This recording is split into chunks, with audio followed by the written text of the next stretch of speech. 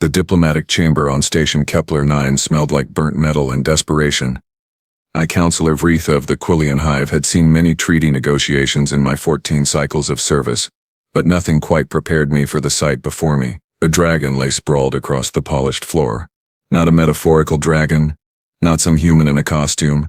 An actual scales and wings fire-breathing dragon from the Pyrothan sovereignty. His name was Torvik, and he was supposed to be our key negotiator in preventing the war between the outer colonies and the corporate systems. Please, Torvik wheezed, his massive head resting on the ground at an awkward angle. His emerald scales had lost their luster, and his wings, those magnificent wings that should have carried him through the stars, lay crumpled like broken umbrellas. I cannot walk. I cannot fly. My spine, it is fractured in 3 places. The medical team from 6 different species stood around him, their scanning equipment beeping uselessly. The lead physician, a Vorthian named Klept, shook his bulbous head. The injury is severe. Moving him could cause permanent paralysis. We need specialized equipment that won't arrive for 6 standard days. 6 days. The peace talks were scheduled to begin in 4 hours. This is a disaster, hissed Ambassador Eula from the corporate systems delegation. Her tentacles writhed with agitation. Without Torvik, the Pyrothan sovereignty won't even enter the negotiation room. They specifically requested him. And without the Pyrothans, added General Crix of the outer colonies, his 4 eyes blinking in sequence, we have no mediator.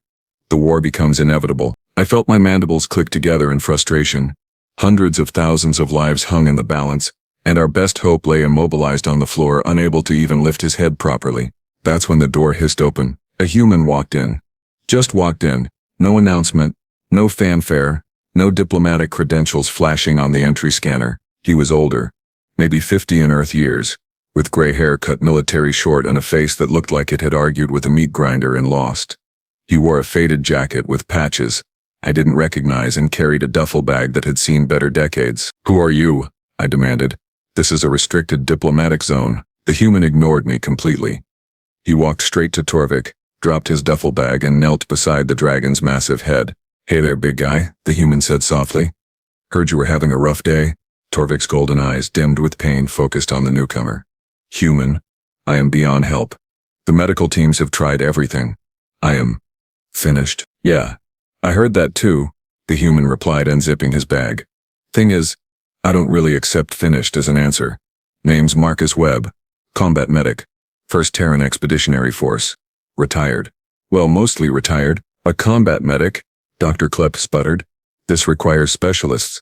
Xenobiological surgeons. Equipment we don't have. Marcus pulled out what looked like ancient medical tools, so old they might have been from Earth's 21st century. You know what your problem is, Doc? You're thinking too complicated. Sometimes the old ways work just fine. The dragon's spine is fractured. Eula shrieked. You cannot simply slap a bandage on it. Nope, Marcus agreed, running his hands carefully along Torvik's scales. But I can do something else. Torvik, buddy, I need you to trust me. Can you do that? The dragon's breathing was labored. I have no other options. Do what you must, human. What happened next made every being in that room question their understanding of medicine, physics, and possibly reality itself. Marcus didn't try to heal the spine. Instead, he began constructing something. From his bag came carbon fiber rods, medical-grade adhesive compounds, pressure sensors, and what looked like servo motors salvaged from power armor. His hands moved with the speed and precision of someone who had done field medicine in the worst conditions imaginable. You're building a brace? I asked, watching in horrified fascination. External spinal support rig, Marcus corrected, not looking up from his work. Used to make these for injured soldiers when we didn't have time to wait for proper surgery. Course. Never made one for something quite this big before. Good thing the principals scale up. This is insanity, General Crix muttered. Probably, Marcus agreed cheerfully. Torvik, this is gonna hurt like hell for about 30 seconds. After that, either you'll be able to move or we're back to square one. Your call. Torvik's eyes met the humans. Something passed between them, some understanding that transcended species. Do it. Marcus worked faster than any surgeon I had ever witnessed.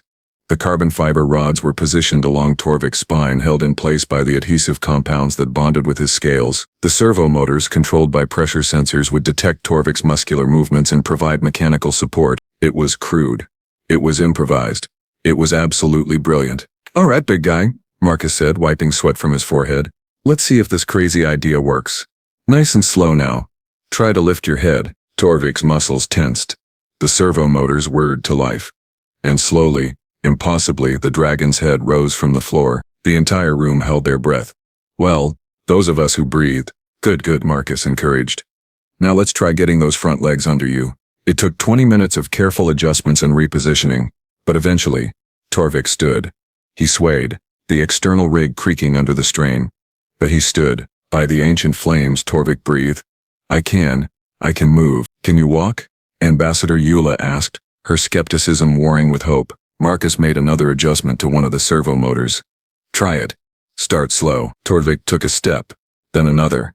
The movement was stiff and mechanical, nothing like his usual grace, but he was moving under his own power. This is temporary, Marcus warned. You need proper surgery as soon as possible. But this should hold you together long enough for whatever you need to do. The negotiations, Torvik said, and for the first time since his injury, his voice carried strength.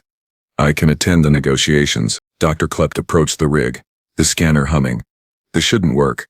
The weight distribution alone should cause the supports to fail. Shoulda doesn't mean will, Marcus replied, packing up his tools.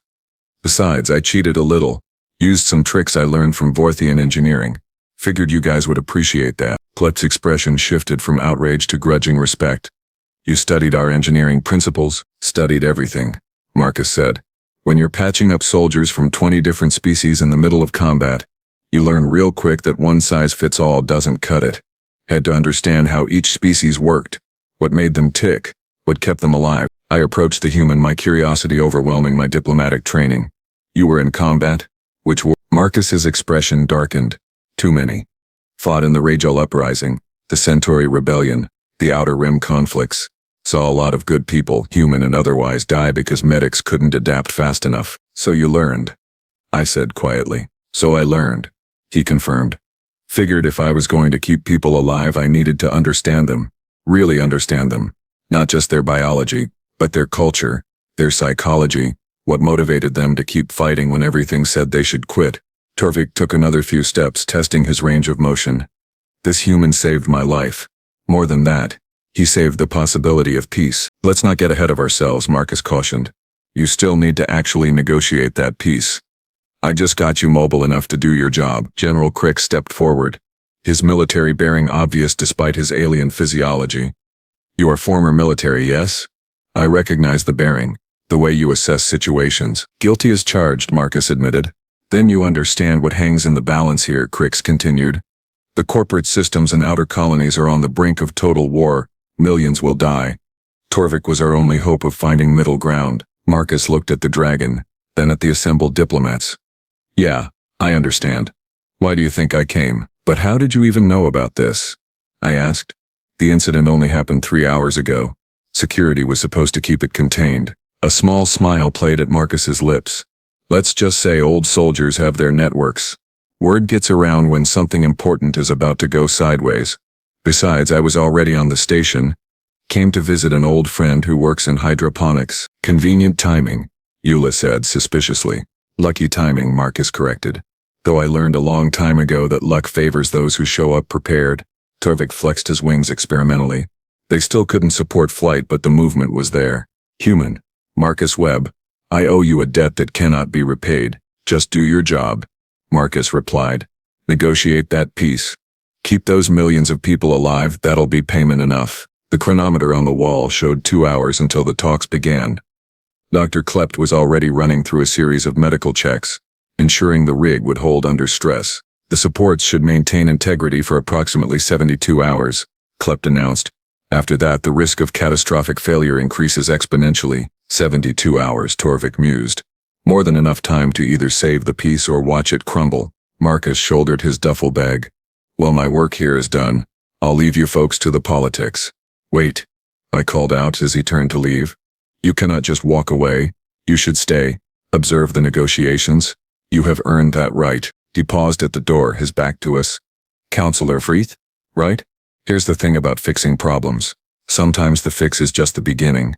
You folks have to do the hard part now. That's not my world anymore. But he didn't leave. Not yet. However, he added, turning back with that slight smile, I suppose I should stick around to monitor Torvik's condition. Medical responsibility and all that. Wouldn't want my handiwork falling apart in the middle of an important speech. The relief in the room was palpable. As the various delegations began preparing for the negotiations, I found myself standing next to Marcus, watching Torvik practice his movements. "Why did you really come?" I asked quietly. Marcus was silent for a long moment. "You ever been in a war, counselor? Now, count yourself lucky. I've been in too many. Seen what happens when diplomacy fails. Seen soldiers dying for causes that could have been solved if people just talked to each other." He watched Torvik with an expression I couldn't quite read. "So when I heard that the one person who might stop another war was lying paralyzed on a station floor, I figured I should probably do something about it." "You are not what I expected from a human veteran," I admitted. He laughed, a short, sharp sound. "What did you expect? Someone more aggressive? More violent? Perhaps. Here's what most beings don't understand about humans. Especially human soldiers," Marcus said. "We fight like hell when we have to. But what we really want, what we're really good at, finding ways for people to not fight at all. That's the human way, Council. We'll move mountains to avoid a fight, but if the fight comes, we'll move those same mountains to win it." Before I could respond, alarms blared throughout the station. The communication systems crackled to life with an urgent message that made everyone in the chamber freeze. "Attention all personnel. The corporate systems delegation shuttle has been sabotaged. Repeat, sabotage confirmed. Initial investigation suggests parties who want the peace talks to fail." Ambassador Eula's tentacles turned pale. "My delegation. Someone tried to kill my delegation. Or send a message," General Crix growled. "Someone wants this war to happen." Torvik straightened, despite the obvious pain. "Then we give them the opposite. We proceed with the talks. We show whoever did this that peace cannot be sabotaged so easily." Marcus was already moving, his combat instincts clearly still sharp. "Security protocols? What's the response time?" "Standard investigation," I replied, but with heightened tensions this could spiral out of control quickly. "Yeah?" Marcus said grimly. "That's exactly what someone wants. Create an incident, blame the other side, and boom, your war starts before the first word of negotiation is even spoken." He was right. I could see it in the faces of the delegates. Suspicion replacing hope. Old hatreds resurfacing. This was going to be much harder than any of us anticipated. And somewhere on this station, someone was very determined to make sure peace never had a chance. The question was, could a paralyzed dragon, a collection of nervous diplomats and one stubborn human veteran, stop them? We were about to find out. The diplomatic hall buzzed with accusations and counter-accusations. Someone had tried to murder the corporate systems delegation, and trust, that fragile thing we had been trying to build, was evaporating faster than water on a sun-scorched planet. This was an outer colonies operation. Ambassador Eula shrieked, her tentacles whipping through the air dangerously close to General Crix's face. "You wanted to eliminate us before talks even began." "Absurd," Crix roared back, all four of his eyes blazing with fury. "Your own corporate assassins probably staged this to frame us. Classic false flag operation." I stood at the center podium, my mandibles clicking uselessly as I tried to restore order. The other neutral mediators looked equally helpless. Without Torvik to guide the discussion, we were watching decades of diplomatic progress collapse in real time. That's when Torvik entered the chamber. The mechanical whir of his external spinal rig cut through the chaos like a blade. Every head, appendage, and sensory organ turned toward the dragon as he made his way slowly, deliberately, to the central platform. Marcus walked beside him, one hand hovering near the servo controls, ready to make adjustments if needed. "Enough," Torvik's voice rumbled, and even weakened as he was, a dragon's command carried weight. "All of you sit down and shut up." The bluntness shocked everyone into compliance. "Thank you," Torvik continued once the chamber had quieted. "Now, let me explain something to whoever planted that bomb. You failed, not just in killing anyone, because the device was discovered before detonation, but in your actual goal, which was to stop these negotiations." He paused, letting his words sink in. The servo motors whirred as he adjusted his stance. "I should not be standing here. By all rights, I should be lying on a medical table waiting for surgery that would take weeks. But a human veteran, someone who has seen more war than most of you combined, spent his own time and resources to get me on my feet. And do you know why?" Silence filled the chamber. "Because he is tired of war. Because he has seen what happens when people like us fail to do our jobs. And because, unlike whoever set that bomb, he still believes that peace is worth fighting for." Marcus shifted uncomfortably at the attention but said nothing. "So here is what we are going to do," Torvik declared. "We are going to sit down, all of us, and we are going to negotiate. We are going to find solutions, and we are going to show whatever coward tried to sabotage this process that their fear and hatred will not win." "Easy to say," muttered a representative from the corporate systems, a reptilian being named Voss. But how do we negotiate when we cannot even trust each other enough to be in the same room? You start small, Marcus interjected. Everyone turned to look at him. He raised his hands apologetically. Sorry, not my place. But since I'm here monitoring the patient anyway, I'll just say this. You want to build trust? Start with something everyone agrees on. Find common ground, work from there. And what? General Crix asked skeptically. Could we possibly agree on? That you all want the bomb planner caught, Marcus replied simply. That you all want to know who is trying to derail this process. That you all, despite your differences, showed up here today hoping for a better outcome than war. Torvik nodded slowly. The human speaks wisdom. Let us begin with the sabotage investigation. Station security is already working on it, but perhaps our combined intelligence resources could assist. Share information. Work together on this one thing, and give away our intelligence capabilities? Voss hissed. Unacceptable. Then stay suspicious and accomplish nothing, Marcus said flatly. Look, I've been in enough wars to recognize the pattern. Someone, probably someone with a lot to gain from conflict, is playing you all against each other. The bomb was just the opening move. If you don't work together now, the next move will be worse. Ambassador Eula's tentacles had stopped their agitated writhing. What do you mean, worse? Think about it, Marcus said, moving to the central holographic display. With Torvik's permission, he activated the station schematic. One bomb, discovered before detonation. It was meant to be found, meant to create exactly this reaction, suspicion, and anger. But it failed to stop the talks. So what comes next? I felt my thorax tighten as understanding dawned. An escalation. Exactly, Marcus confirmed. Something bigger. Something that cannot be ignored or negotiated around. Our bomber is watching right now, seeing how you react, planning the next move. So you are saying we are all in danger, Crix said quietly. I'm saying you're all targets, Marcus corrected. And the only way to protect yourselves is to work together. A long silence followed his words. Finally, Torvik spoke. I propose an alliance of investigation. All parties share relevant intelligence about the sabotage, station security coordinates with our combined efforts.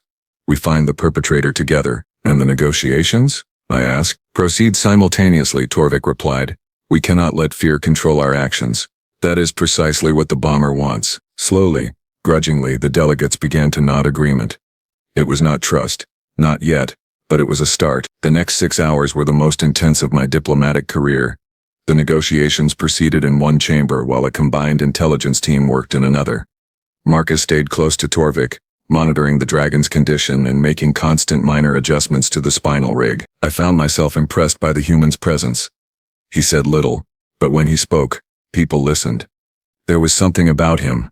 A calm authority born from having survived things the rest of us could only imagine. How is he holding up?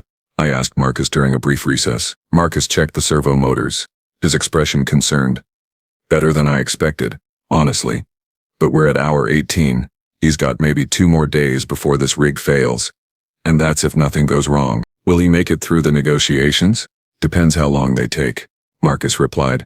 And whether our bomber tries anything else. As if summoned by his words, the station alarms blared again. Security breach in Hydroponics Bay 7. Multiple unauthorized personnel. Lockdown initiated. My blood ran cold. That is where the air recycling systems are located. Marcus was already moving. If they sabotage those systems, everyone on this station dies. This isn't about disrupting negotiations anymore. This is about making sure there's nobody left to negotiate. We must evacuate, I said. But even as the words left my mandibles, I knew it was impossible. There were over 3,000 beings on this station. Evacuation would take hours we didn't have. No, Marcus said firmly. We stopped them. He turned to Torvik. I need to go. You'll have to manage without me for a bit. The dragon met his eyes. Go. Do what you do best. And what is that? Eula asked nervously. Marcus's expression went hard. Survive, and make sure everyone else does too. He was gone before anyone could protest, moving with a speed that belied his age. I made a decision then that probably violated a dozen diplomatic protocols. I followed him. We reached Hydroponics Bay 7 within minutes. Station security was already there, pinned down by weapons fire. Marcus assessed the situation with professional efficiency. 3 hostiles, heavily armed, positioned near the main atmospheric processors. Security team is suppressed. Can't advance without taking casualties. What can we do? I asked, acutely aware that I was a diplomat, not a soldier. You're going to stay here and coordinate with security, Marcus said, checking his duffel bag. To my shock, he pulled out a compact pistol.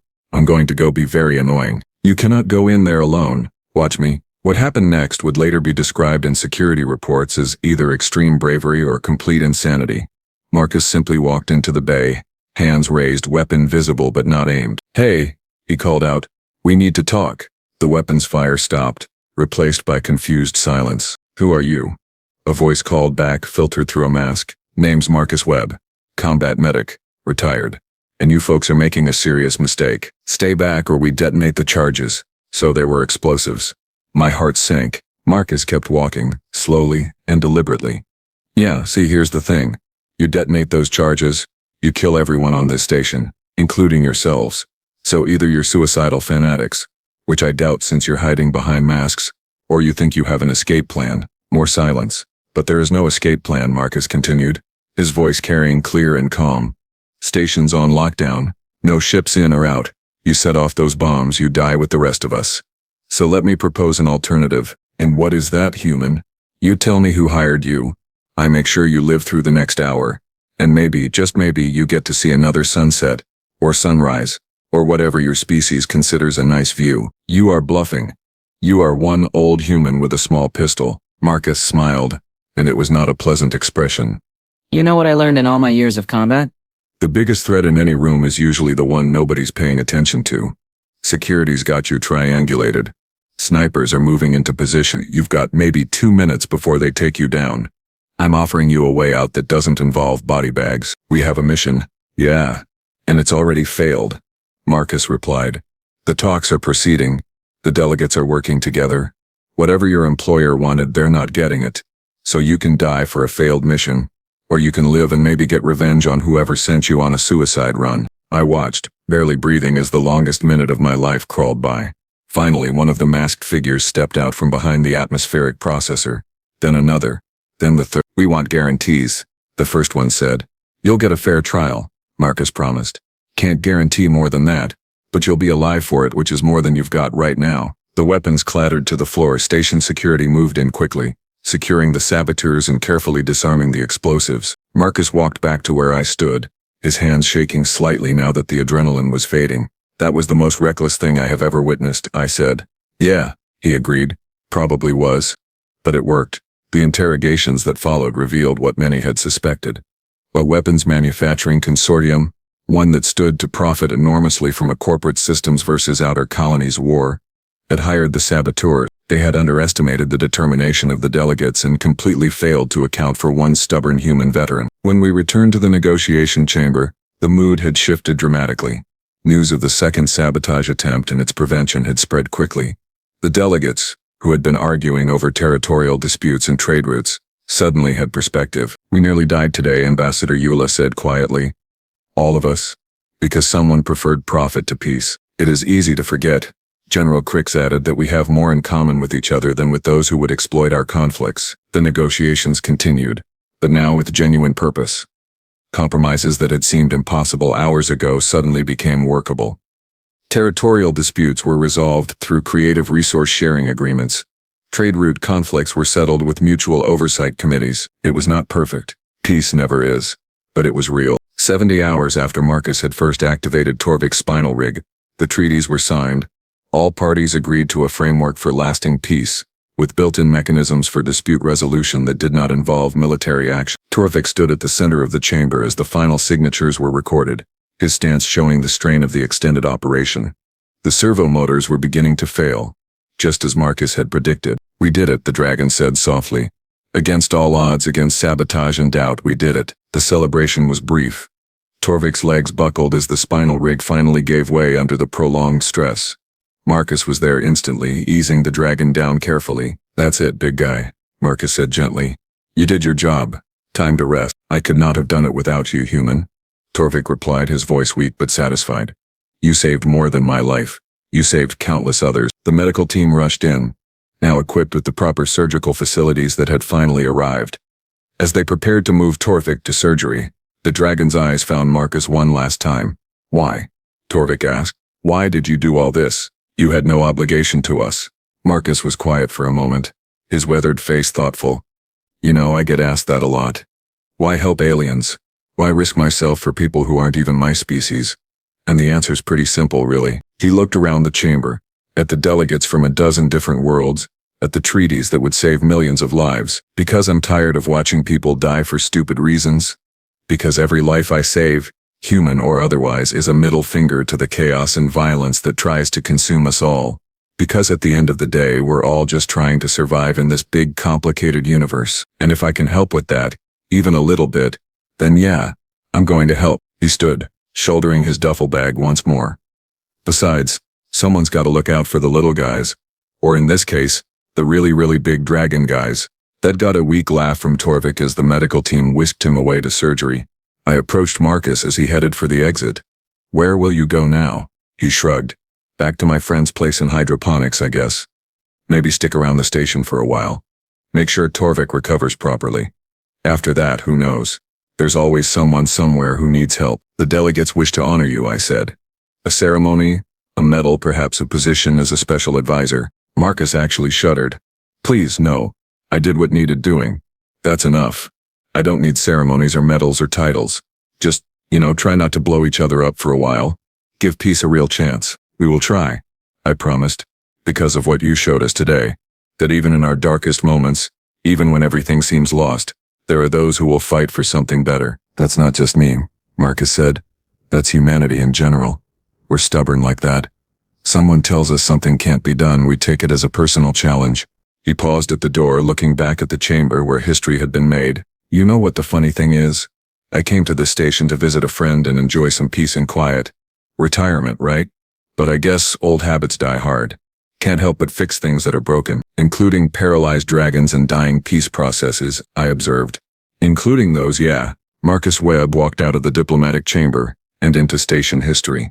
The treaties he helped preserve would last for decades, preventing a war that would have consumed billions of lives. Torvik's surgery was successful, and the dragon went on to become one of the most respected mediators in known space, always keeping a small model of the crude spinal rig that had saved his life. As for Marcus, he disappeared back into the crowds of Station Kepler 9, just another face among thousands. But those of us who had witnessed what he did would never forget. The galaxy is full of warriors and conquerors, beings who believe that strength comes from weapons and armies. But sometimes, just sometimes, the strongest force in the universe is one person who refuses to give up, who sees a problem and fixes it, who looks at impossible odds and says, "Not today." That is the human way. Not flashy, not dramatic, just quietly, stubbornly effective. And thank the stars for that.